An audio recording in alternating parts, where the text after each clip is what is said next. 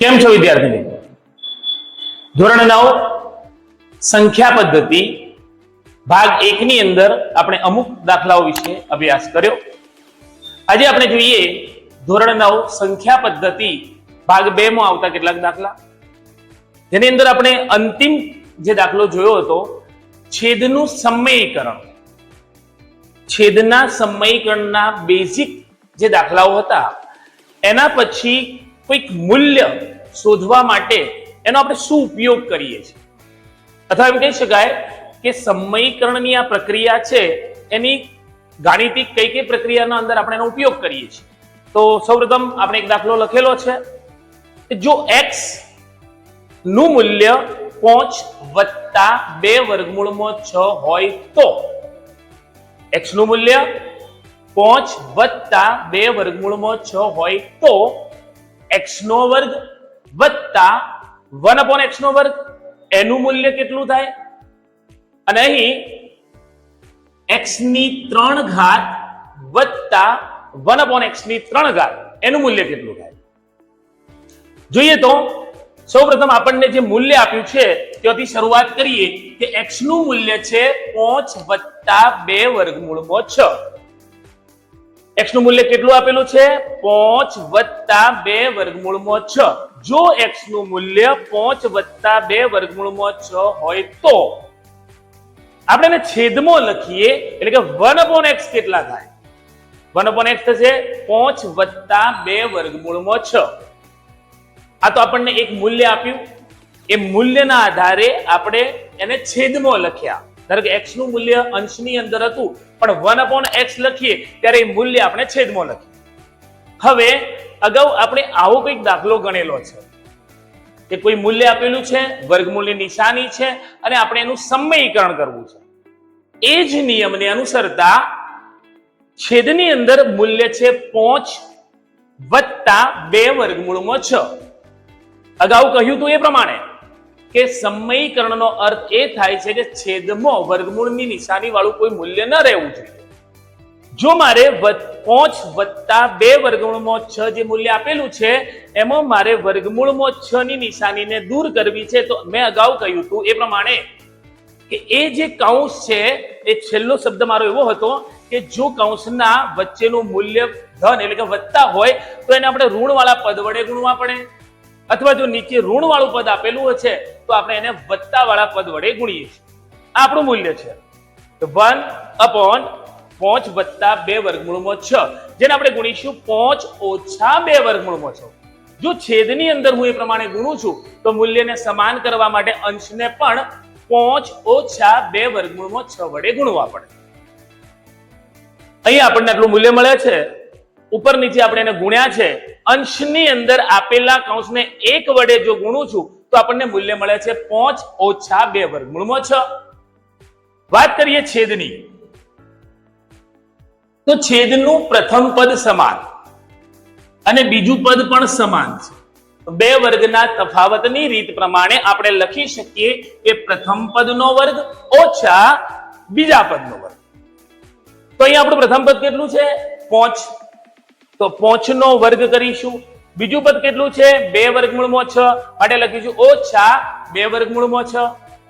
5 નો વર્ગ ઓછા 2 વર્ગમૂળમાં 6 નો કૌંસ 12 વર્ગ. તો 5 નો વર્ગ અહીંયા થશે 25. હા, અહીંયા ધ્યાન આપીશું 2 વર્ગમૂળમાં 6 કૌંસ 12 વર્ગ એટલે કે 2 નો વર્ગ કરીએ એટલે થશે 4 અને વર્ગમૂળમાં 6 નો વર્ગ એટલે કે વર્ગમૂળની નિશાની દૂર થઈ જશે એટલે રહેશે 6. 6 ગુણકમાં 4 આપણો ગુણાકાર રહેશે 24. ફરીથી સમજો મિત્રો, 2 નો વર્ગ 4 થાય છે, વર્ગમૂળમાં 6 નો વર્ગ એટલે કે વર્ગમૂળ દૂર થાય છે, 6 ગુણ્યા 24 મૂલ્ય 6 ગુણ્યા 4 મૂલ્ય મળે છે 24 એટલે કે 25 ઓછા 24 છેદમાં આપણને મૂલ્ય મળે છે 1. તો આપણો 1/x નો જવાબ આપણને મળે છે 5 ઓછા 2 વર્ગમૂળમાં 6. આપણે એક મૂલ્ય સુધી એ માટે પહોંચ્યા કે એને અનુલક્ષી અને આપણે એક કિંમત લાવવા જઈ રહ્યા છીએ. વર્ગવાળું મૂલ્ય લાવવું છે, ઘન વાળું મૂલ્ય લાવવું છે. આપણે અહીં સુધીની કામગીરી એ માટે કરી કે આપણું એક x નું મૂલ્ય છે અને આપણે એક 1/x નું મૂલ્ય લાવ્યા. અહીંયા મેં લખ્યું છે x પ્લસ 1/x. x નું મૂલ્ય તો આપણને પહેલાથી જ આપી દીધેલું છે અને 1/x નું મૂલ્ય આપણે લાવ્યા. કેટલું લાવ્યા? 5 ઓછા 2 વર્ગમૂળમાં 6. મેં નીચે લખ્યું છે x પ્લસ 1/x. x નું મૂલ્ય કેટલું આપેલું હતું? 5 વત્તા 2 વર્ગમૂળમાં 6 અને 1/x નું મૂલ્ય આપણે કેટલું લાવ્યા? તો અહીંયા લાવ્યા એ પ્રમાણે 5 ઓછા 2 વર્ગમૂળમાં 6. ફરીથી એકવાર સમજી લો કે આપણે x નું મૂલ્ય આપણી રકમમાં આપેલું, આપણે વર્ગવાળા પદનું મૂલ્ય લાવવું છે, ઘનવાળા પદનું, તો 1/x મેળવ્યા, જે મૂલ્ય આપણને મળ્યું 5 ઓછા 2 વર્ગમૂળમાં 6. મેં અહીં કર્યો બંનેનો સરવાળો. કેટલો? તો x પ્લસ 1/x. બંને મૂલ્ય સરવાળામાં મૂક્યા. જો 2 વર્ગમૂળમાં 6, 2 વર્ગમૂળમાં 6, 2 વર્ગમૂળમાં 6 જે પોતે વત્તા છે, અહીં 2 વર્ગમૂળમાં 6 જે પોતે ઓછા છે. બંને એકબીજાને દૂર કરી દેશે, મતલબ કે 0 થશે. 0 થાય તો આપણી પાસે શું વધ્યું? 5 વત્તા 5 એટલે કે 10. મીન્સ કે આપણો x પ્લસ 1/x નું મૂલ્ય આપણને મળે છે 10. એવું કહી શકાય વિદ્યાર્થી મિત્રો કે આપણી જે આગળની ગાણિતિક પ્રક્રિયા છે એના માટે આપણે કાચો માલ તૈયાર કરી લીધો છે. પ્રાથમિક જે આપણી જરૂરિયાત છે એ મૂલ્ય આપણે તૈયાર કરી લીધું છે. હવે એના વર્ગવાળું મૂલ્ય જોઈએ છે કે ઘનવાળું, તો આપણે અવયવીકરણના સૂત્ર પ્રમાણે આગળ ચાલીશું. જો મેં લખ્યું છે x પ્લસ 1/x, એનો કૌંસ બહાર કર્યો છે વર્ગ. પ્રશ્ન થાય મિત્રો કે વર્ગ ડાયરેક્ટલી કેમ કર્યો છે? તો મારી નજર છે આ પ્રશ્ન પર કે x નો વર્ગ પ્લસ 1/x ના વર્ગનું મારે મૂલ્ય જોઈએ છે. અહીંયા આપણે પહેલાથી મૂલ્ય તો લાવીને મૂક્યું છે કોનું? તો x પ્લસ 1/x. મેં એનો લખ્યો છે વર્ગ. એનું વિસ્તરણ કરીએ. પ્રથમ પદ પ્લસ બીજું પદ હોય કે પ્રથમ પદ માઇનસ બીજું પદ હોય અને આપણે એનું વિસ્તરણ કરીએ તો શું છે મૂળભૂત એનો ગુણધર્મ, લક્ષણ? તો આપણે કહી શકાય કે અહીંયા આપણે કરીશું આપણો પ્રથમ પદ છે x. પહેલા એ સમજી લો. પ્રથમ પદ છે x પ્લસ 1/x. આપણું બીજું પદ છે. જ્યારે હું પ્રથમ પદ શબ્દ વાપરું છું મતલબ કે x છે, જ્યારે હું બીજું પદ શબ્દ વાપરું છું તો એ મૂલ્ય છે 1/x. યસ. એનું વિસ્તરણ કરીએ તો પ્રથમ પદનો વર્ગ એટલે કે x નો વર્ગ 2 ગુણકમાં પ્રથમ અને બીજું પદ અને અંતિમ પદ એટલે કે બીજા પદનો વર્ગ. પ્રથમ પદનો વર્ગ 2 ગુણ્યા પહેલું બીજું પદ અને બીજા પદનો વર્ગ. પરંતુ અહીંયા આપણને x પ્લસ 1/x નું મૂલ્ય આપણે જાણીએ છીએ. તો આપણે લખીશું 10. ઉપર આપેલો છે વર્ગ માટે 10 નો વર્ગ. પ્રથમ પદનો વર્ગ એટલે x નો વર્ગ અને અહીંયા ઉપર નીચે x એકબીજાને દૂર કરે છે. જો મૂલ્ય વધે છે 2, અહીંયા પ્રથમ પદનું વર્ગ આપણને મળશે x નો વર્ગ, અંતિમ મળશે 1/x નો વર્ગ અને મધ્યમ પદમાં આપણને મળે છે 2. જો 10 નો વર્ગ કરતા અહીંયા મૂલ્ય મળે છે બરાબરની આગળના ભાગમાં મૂલ્ય મળે છે 10 નો વર્ગ એટલે 100. આ બંને પદ મેં જોડે લખ્યા છે એટલે કે x નો વર્ગ પ્લસ 1/x નો વર્ગ, બે પાછળ લખ્યા છે. આપણે આ મૂલ્યની જરૂરિયાત અથવા આપણી ગણતરીમાં આપણે એનો જવાબ લાવવાનો. આ તરફ +2 છે જે બરાબરની સામેની બાજુએ જશે. +2 છે બરાબરની સામેની બાજુ. કેટલા રહેશે? 100 - 2 અને આ બાજુ શું વધે છે? તો x નો વર્ગ પ્લસ 1/x નો વર્ગ એટલે કે x નો વર્ગ પ્લસ 1/x નો વર્ગ બરાબર 100 - 2. એટલે કે આપણે જે જવાબ લાવવા માંગીએ છીએ કે x નો વર્ગ પ્લસ 1/x નો વર્ગ, તો આપણને મૂલ્ય મળે છે 98. ટૂંકમાં ફરીથી પુનરાવર્તિત કરો. આપણને x નું મૂલ્ય આપ્યું, એના આધારે આપણે 1/x નું મૂલ્ય લાવ્યા, ત્યાર પછી બંનેનો સરવાળો કર્યો છે, એનું મૂલ્ય લાવ્યું છે અને કૌંસ સ્વરૂપે લખી આપણે એનો વર્ગ કર્યો છે. વર્ગ કરતા પ્રથમ પદનો વર્ગ 2 ગુણ્યા પહેલું બીજું પદ અને બીજા પદનો વર્ગ. જો આપણે વર્ગ કરીશું પાછળના અને પ્રથમ પદનો, મધ્યમ પદમાં x એકબીજાને દૂર કરે છે. મધ્યમ પદમાં વધે છે 2, જે +2 બરાબરની સામે આપણે લઈ જવાના 100 - 2 થશે અને એક તરફ વધશે x² વત્તા 1/x². મતલબ કે આપણા પ્રથમ પ્રશ્નનો જવાબ છે 98.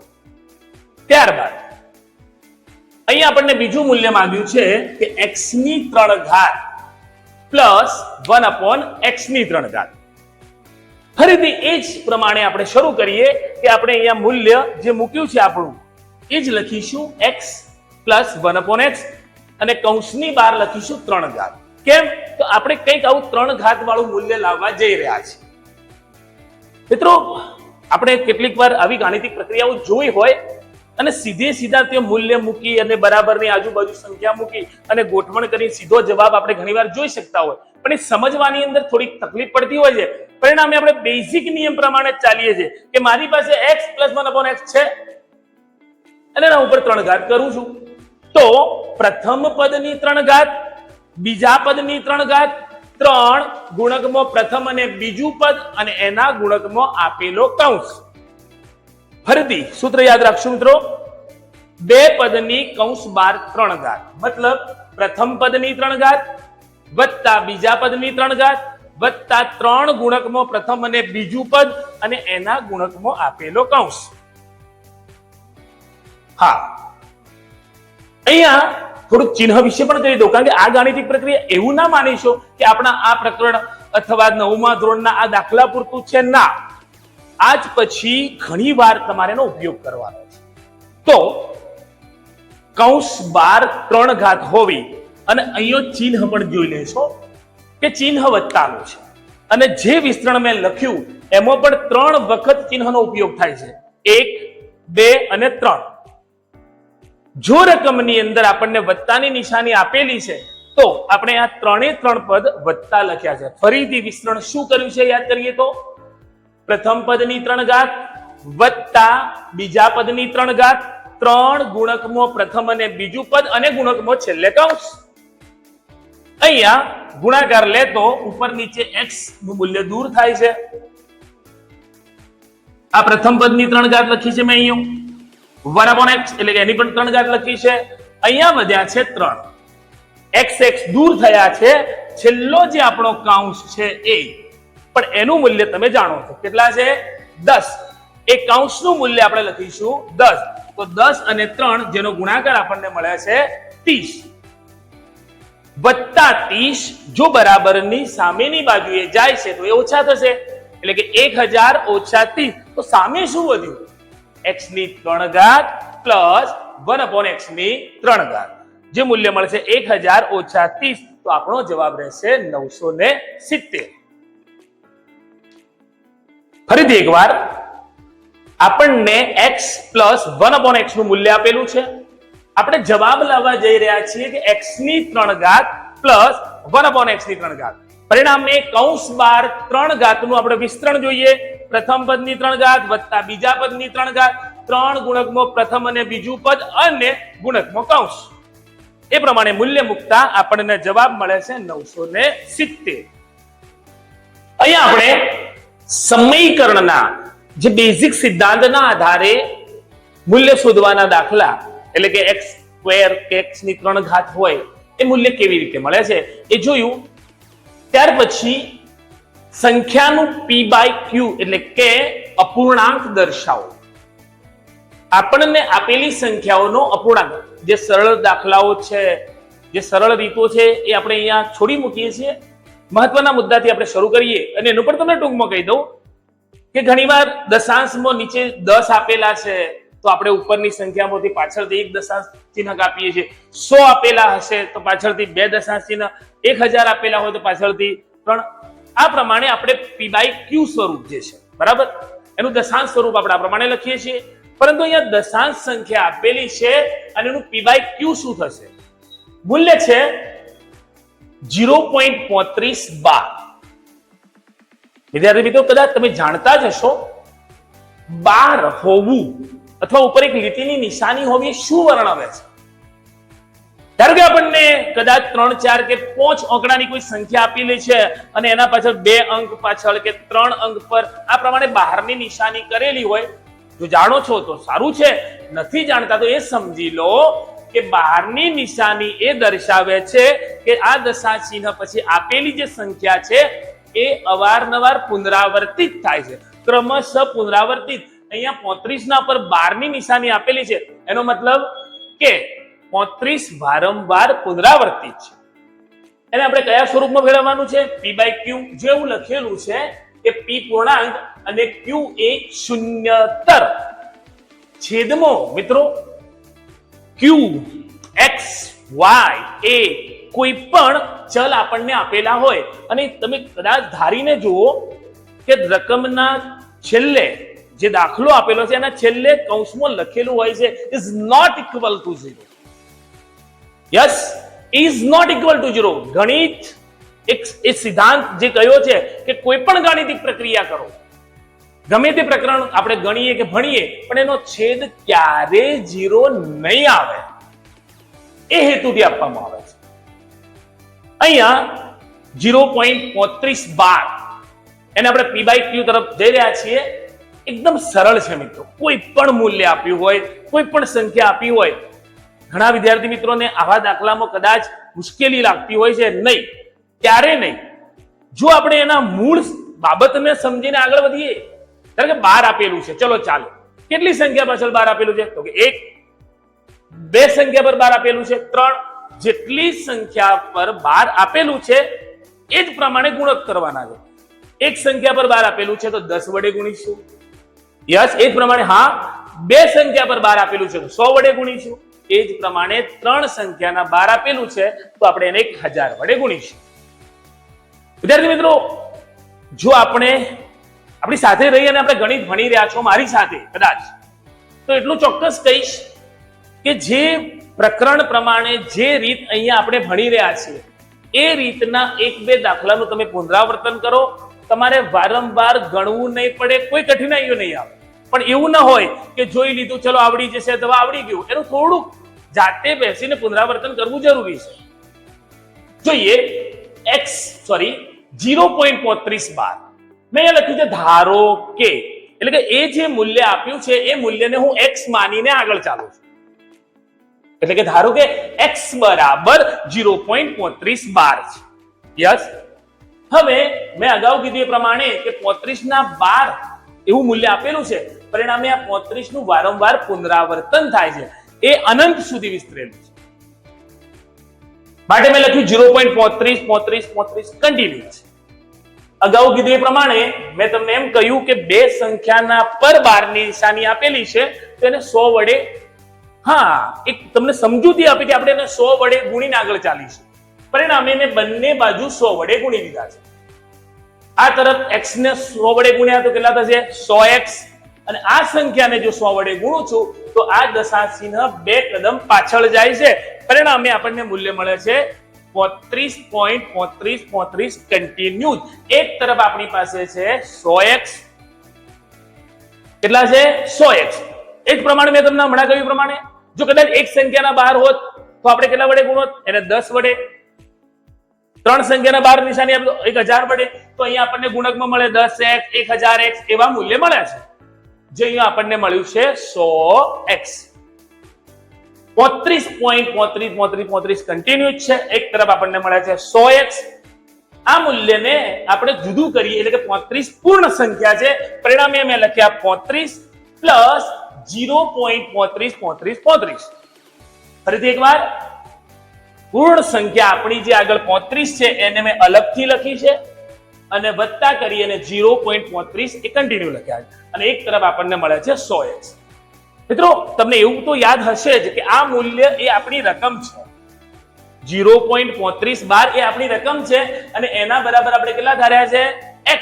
તો એ જગ્યા પર આપણે લખી દઈશું x. મતલબ કે 0.35 કોણ છે? તો x છે. અને એ x બરાબરની એક તરફથી જો બીજી બાજુ લઈ જવામાં આવે તો એ ઓછા થશે. જે વત્તા છે સામે જશે તો ઓછા, એટલે કે 100 - x. અને 100 માંથી જો x આપણે બાદ કરીએ છીએ તો આપણો જવાબ રહેશે 99x. 99 ગુણાકારમાં છે, સામે જશે તો એટલે કે બરાબરની સામેની દિશા તરફ જશે તો એ ભાગાકારમાં. પરિણામે આપણો જવાબ છે 35/99 એટલે કે 0.3512 નું p/q સ્વરૂપ થાય છે 35/99. વિદ્યાર્થી મિત્રો, ગણિત પ્રકરણ 1 ના આપણે અંતિમ તબક્કા તરફ છીએ. તો છેલ્લે આપણે કિંમત શોધો એવા દાખલા કે સાદું રૂપ આપો એવા દાખલા તરફ જઈ રહ્યા છીએ. આપણું પ્રથમ જ પ્રકરણ છે. હજુ તો ઘણા બધા પ્રકરણો અને એવા પ્રકરણો કે જે 10મા ધોરણ માટે ખૂબ જ ઉપયોગી છે. ચોક્કસ સારી રીતે આપણે એનો અભ્યાસ કરીશું. વિદ્યાર્થી મિત્રો, ચેનલ પર તમે કદાચ નવા હોય, ચેનલ સબસ્ક્રાઇબ નથી કરી, તો આજે જ આપણી આ ચેનલ સબસ્ક્રાઇબ કરો, લાઈક કરો અને વધુમાં વધુ તમે શેર કરો એવી અપેક્ષા સહ આગળ વધીએ. સંખ્યા પદ્ધતિ ભાગ 2 માં કિંમત શોધો. થોડુંક ટૂંકમાં ઘાત ઘાતાંકના નિયમને થોડોક સમજીએ. એક મૂલ્ય નીચેના ભાગમાં આપેલું છે. મૂલ્ય એટલે કે કિંમત, કોઈ સંખ્યા, અને સંખ્યાના પર કોઈ મૂલ્ય લખેલું છે. તો નીચે લખેલી જે સંખ્યા છે જેને આપણે આધાર કહીએ છીએ, ઉપર આપેલું જે મૂલ્ય છે એને આપણે ઘાતાંક કહીએ છીએ. થોડાક મૂળભૂત નિયમોની વાત કરીએ તો જો કદાચ આધાર સરખો છે અને ઉપર ઘાતાંક આપેલી છે તો એનો સરવાળો થાય છે. આધાર સરખો છે, આધાર સરખો હોય, ઉપર ઘાતાંક આપેલી છે, બંને વચ્ચે ગુણાકારનું નિશાની છે તો એ ઘાતાંકનો સરવાળો થાય છે.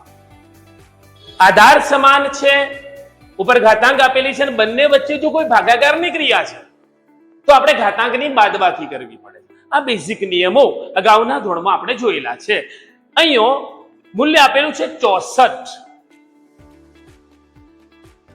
ની પર 2/3 એટલે કે 2/3 ઘાત આપેલી છે. વિદ્યાર્થી મિત્રો, એક સરળ ભાષામાં તમને એમ કહી દઉં કે છેદમાં રહેલું આ જે મૂલ્ય એટલે કે નીચે 3 છે કે 5 છે કે 2 છે, તમને જે સંખ્યા આપેલી છે એ સંખ્યાનો લગભગ એટલી ઘાત બનતી જ હશે. ધારો કે 64 છે કે 125 છે કે 81 છે, જે છેદમાં મૂલ્ય લગભગ છેદમાં જે મૂલ્ય આપેલું છે એટલી ઘાત બનવી જ જોઈએ, તો જ એ અંશ છેદની ઘાતને આપણે દૂર કરી શકીએ. જેમ કે 64 આપેલા છે તો તમે એવું વિચારીને ચાલજો કે મારે નીચે 3 દૂર કરવા છે. તો આ 64 સંખ્યા છે એ 64 કોની 3 ઘાત હશે? હા, એ 64 કોની 3 ઘાત હશે? તો 64 એ 4 ની 3 ઘાત છે. પરિણામે મેં 64 ના સ્થાને લખ્યા 4 ની પર 3 ઘાત અને ઉપર તો પહેલાથી જ આપણને 2/3 ઘાત આપેલો છે. 64 ના સ્થાને લખ્યા છે 4 ની 3 ઘાત અને ઉપર આપેલા છે 2/3 ઘાત.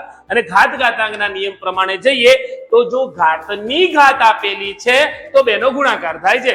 એટલે કે આ 4 ની પર 3 ગુણકમાં 2/3 આપણે લખીએ છીએ.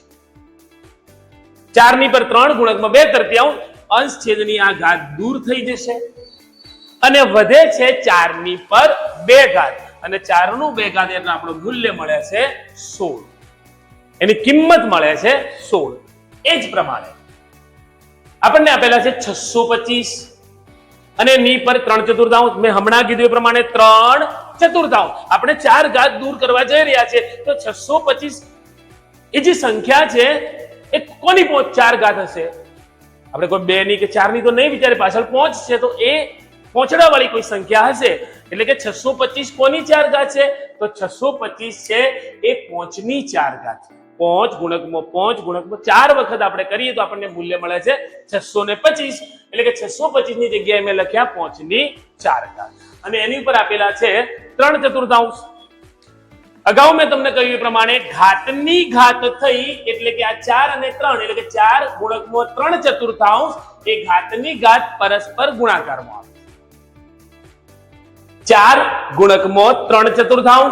અહીંયા આપણે જો બંનેને 4 ને દૂર કરીએ તો આપણું મૂલ્ય રહે છે 5 ની 3 ઘાત અને 5 ની 3 ઘાત એટલે આપણો જવાબ કિંમત મળે છે 125. ત્યારબાદ સાદું રૂપ આપો. સાદું રૂપનો મતલબ કે ગુણાકાર ભાગાકારની જે બેઝિક ક્રિયાઓ થતી હોય અને એ મૂલ્યને આપણે નાનું કેવી રીતે કરી અને લાવી શકીએ એ ક્રિયા. અહીંયા આપણને આધારની અંદર આપેલા છે 3. મેં આગળ કીધું એ પ્રમાણે આધાર સરખો છે અને એની પર ઘાતાંક આપેલું છે, તો આપણે આધારને એક જ વાર લખીએ. એટલે કે મેં લખ્યા 3, ઘાત કેટલી છે 2/3 વત્તા કરીને લખીશું 4/3. અને આપણા માટે દાખલો સહેલો છે. પાછો કેમ સહેલો છે? તો આપણને છેદની અંદર મૂલ્ય સરખું આપેલું છે, એટલે કે લસા સમાન છે, એટલે મેં એક જ વાર નીચે લખી દીધા છે 3 અને ઉપરનો સરવાળો થશે કેટલા 2 + 4. ઉપર કેટલા થશે 2 + 4 એટલે કે 6. છેદમાં કેટલા છે 3 અને બંને એકબીજાને ધારો કે 3 દુ 6 એમ દૂર થાય છે. બરાબર, 3 દુ 6 ઉપર વધે છે 2 એટલે કે 3 ની 2 ઘાત એટલે આપણો જવાબ રહેશે 9. અહીંયા શું સમજ્યા? એ ખાસ કિંમત શું છે, મૂલ્ય શું છે એ મહત્વનું નથી મિત્રો. ગાણિતિક પ્રક્રિયા શું છે? અહીંયા મેં એમ કહ્યું કે આધાર સરખો છે અને બંને વચ્ચે ગુણાકારની જો મારે ક્રિયા કરવી છે તો ઘાતાંકનો સરવાળો થાય છે. ત્યારબાદ મેં તમને ભાગાકાર વિશે કહ્યું, એટલે કે 11 ની પર 1/3 ભાગ્યામાં 11 ની પર 1/5 ઘાત છે. મેં અગાઉ કહ્યું પ્રમાણે જો આધાર સરખો છે અને બંને વચ્ચે આપણે ભાગાકારની ક્રિયા કરવી છે તો ઘાતાંકની બાદબાકી થશે, એટલે કે 1/3 ઓછા 1/5. 5 અને 3 મિત્રો લસા બનશે 15. ફરીથી સમજો, છેદની અંદર અહીં થોડુંક ઉદાહરણ સ્વરૂપે આપણે સમજીએ કે 1/3 ઓછા 1/5 લસા બને છે 15. લસા કેટલો બને છે 15. મતલબ કે મેં 3 અને 5 એ જે મૂલ્ય આપ્યું બંનેની જગ્યાએ 15 લખી દીધા. ક્યાંથી લાવ્યા? તો લસા લીધો છે. લસાનો મતલબ શું થાય? તો મેં છેદને ગુણ્યા છે. તો બીજો પ્રશ્ન થાય છેદને કેટલા વડે ગુણ્યા છે?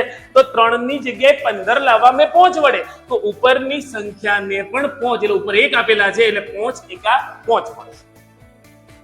ત્યાર પછી ઓછા 5 ની જગ્યાએ 15 મૂકી દીધા છે, તો એ સંખ્યાને પણ મેં કેટલા વડે ગુણ્યા હશે મિત્રો? 15 કરવા 3 વડે.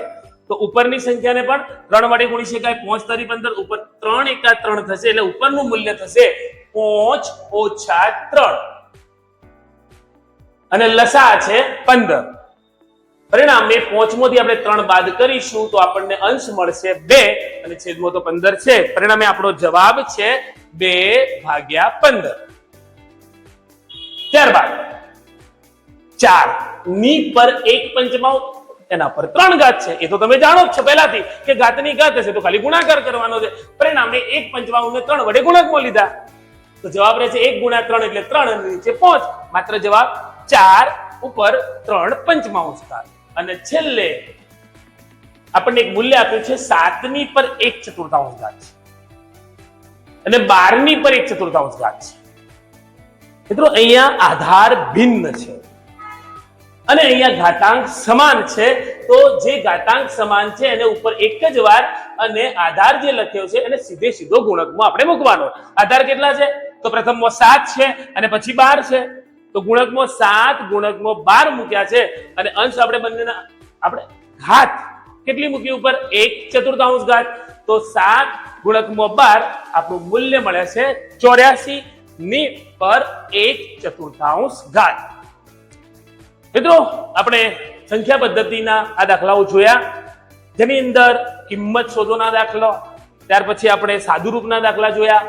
અગાઉ આપણે p/q સ્વરૂપ, એના અગાઉ સમયકરણની પ્રક્રિયા, એના અગાઉ વર્ગમૂળ લગતા ગુણાકાર, સરવાળા, બાદબાકી, ભાગાકાર જેવી બેઝિક ક્રિયાઓના દાખલા.